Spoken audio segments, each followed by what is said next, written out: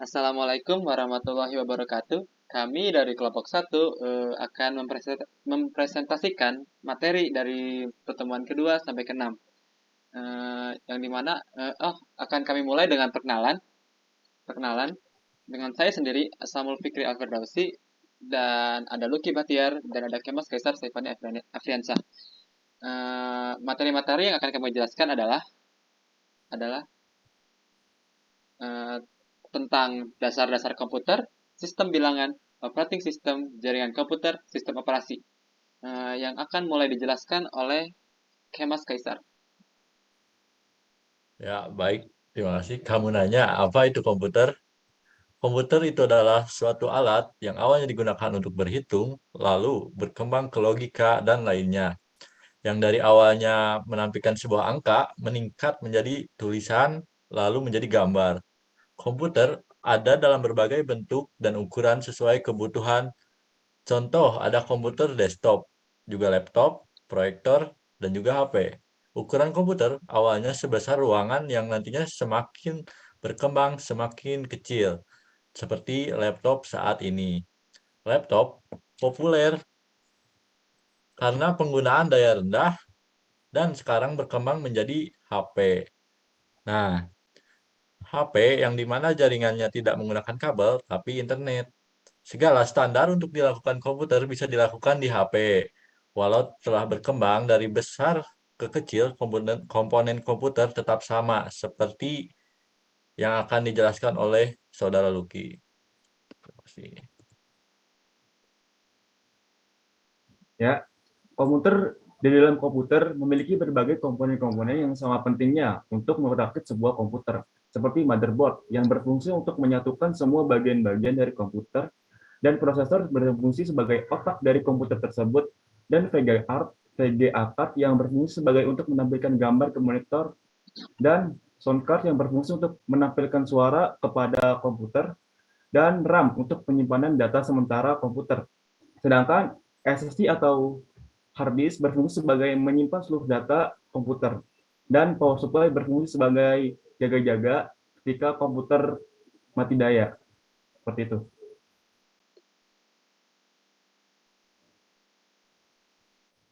Dan selanjutnya, apa itu sistem bilangan yang akan disampaikan oleh Saudara Kemas Kaisar Afriani? Oke, baik. Apaan tuh sistem bilangan? Ya, kenapa? Karena hampir semua bentuk penyimpanan menggunakan bentuk bilangan. Ada macam-macam teori bilangan, ada bilangan basis 10, basis 2, dan basis 8 ya. Contoh basis 2 itu adalah bilangan biner, yang mana dalam isinya ada 0 dan 1 ya. Dan juga oktal yang berisi basis 8 dari 0 sampai 7, dan desimal yang basisnya adalah 10 dari 0 sampai 9. Juga heksadesimal dari yang basisnya ada 16 yang dari 0 sampai F. Terima kasih. Oke, baik. Jadi materi selanjutnya akan dilanjutkan oleh Saudara Lucky. Terima kasih. Ya, terima kasih Saudara Kemas. Kali ini kita akan membahas berbagai tipe aplikasi komputer. Ya, aplikasi komputer itu memiliki berbagai macam tipe seperti pengolah angka, pengolah data, pengolah gambar, dan lain sebagainya. Nah, aplikasi komputer itu berjalan di Windows operating system seperti Windows dan lain-lain. Next, ya, ampun. Operating system memiliki berbagai produk seperti Windows yang diluncurkan oleh Bill Gates pada tahun 1985, dan Linux yang diluncurkan pada 1991, dan macOS yang diluncurkan pada 1984, dan Android yang diluncurkan pada tahun 2007, serta Unix yang diluncurkan pada 1985, dan Chrome OS yang diluncurkan pada 2010.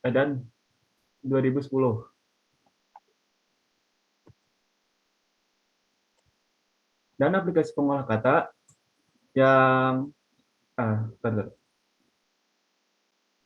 aplikasi pengolah kata juga memiliki berbagai macam produk seperti Word yang diluncurkan pada tahun 1983, Google Docs yang diluncurkan pada tahun 2006, OpenOffice yang diluncurkan pada tahun 2002, Lotus Word Pro yang diluncurkan pada tahun 1988, Abbey Word yang diluncurkan pada tahun 1998, dan WordStar yang diluncurkan pada tahun 1978.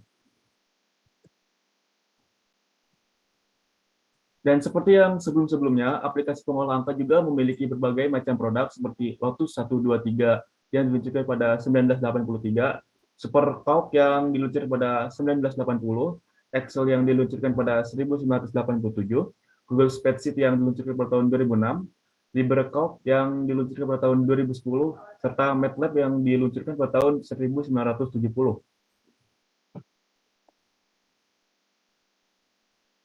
Dan di sini kita memiliki berbagai aplikasi pengolah gambar.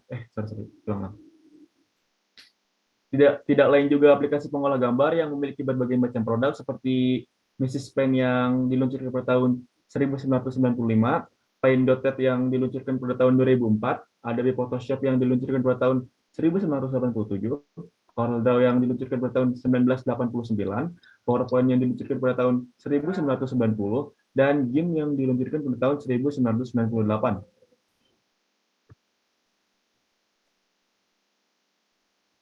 Dan aplikasi komputer juga memiliki aplikasi untuk mengolah data, yaitu DBase yang diluncurkan pada tahun 1978, Paradox yang diluncurkan pada tahun 1985, Oracle yang diluncurkan pada tahun 1977, MySQL yang diluncurkan pada tahun 1979, MongoDB yang diluncurkan pada tahun 2007, SQLite yang diluncurkan pada tahun 2000.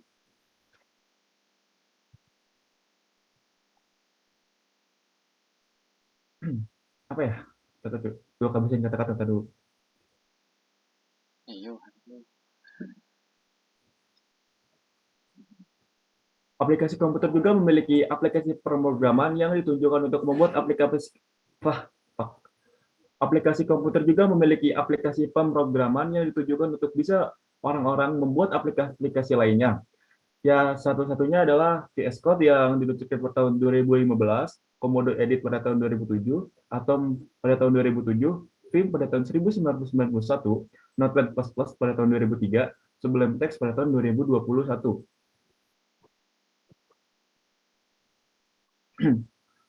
Aplikasi komputer itu bekerja di dalam suatu sistem jaringan yang akan dijelaskan oleh Bang Kemas. Ya, baik. Terima kasih Saudara Lucky. Jaringan komputer ialah sebuah platform untuk saling menyebarkan data resource, software, hardware dengan berbagai data resource, software, hardware dengan beragam penggunaan serta aplikasi yang saling berkomunikasi satu sama lain. Beberapa keuntungan yang dapat kita lihat di sini, yaitu yang pertama adalah dapat mengakses data dari komputer lain melalui komputer yang digunakan atau berbagi data. Ya, yang kedua ada administrator. Jaringan dapat mengontrol data-data penting agar dapat diakses oleh orang yang berhak. Nah, lanjut juga ada dapat menggunakan printer, scanner, dan perangkat lainnya secara bersamaan.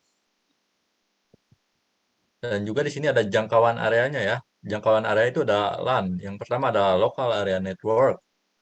Yang kedua ada MAN, Metropolitan Area Network, dan juga WAN, Wide Area Network. Sistem koneksi juga ada antar node. Yang pertama ada peer-to-peer, juga client server.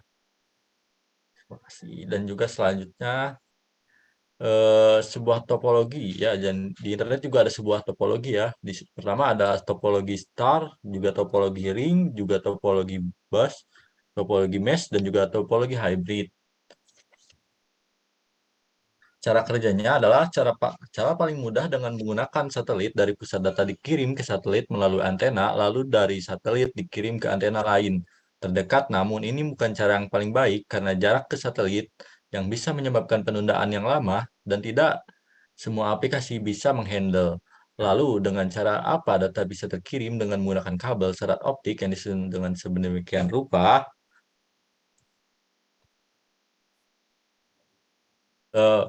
Oke, baik. Selanjutnya, materi selanjutnya akan dibacakan oleh Bapak Moderator kita, Aslamul Fikri. Terima kasih. Apa sih sistem operasi itu? Sistem operasi adalah perangkat lunak software yang berfungsi sebagai antarmuka dan pengatur semua sumber daya pada perangkat komputer, mulai dari software dan hardware, agar dapat berjalan dengan baik. Sistem operasi ini tuh punya definisi, yaitu mengatur hardware sebagai kernel dan sebagai guardian. Komponen utama yang seringnya itu adalah kernel, file, dan user interface. Tujuan dari adanya sistem operasi agar efisien, memudahkan dalam penggunaan, dan kemungkinan untuk berevolusi. Selanjutnya akan menjelaskan tentang sejarah, yang dimana generasi 1 1945 sampai 1955 terciptanya sebuah perangkat komputasi elektronik yang mampu menggantikan peran sistem komputasi mekanik. Ada generasi 2 1955 sampai 1965 memperkenalkan sebuah gagasan baru yang diberi nama Batch Processing System, yaitu pekerjaan yang dilaksanakan secara real time dalam satu rangkaian yang saling berurutan. Ada generasi ketiga 1965 sampai 1980 masuk pada perkembangan yang sudah cukup advance, di mana sistem operasi digunakan untuk kebutuhan banyak pengguna sekaligus atau multitask.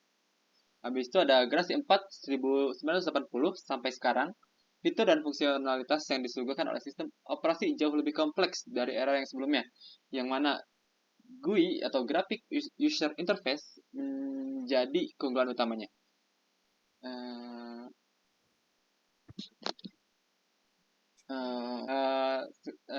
Pembagian tugas dari Kemas seperti yang terlihat bertugas mengetik, mencari materi, dan menyiapkan PowerPoint untuk presentasi.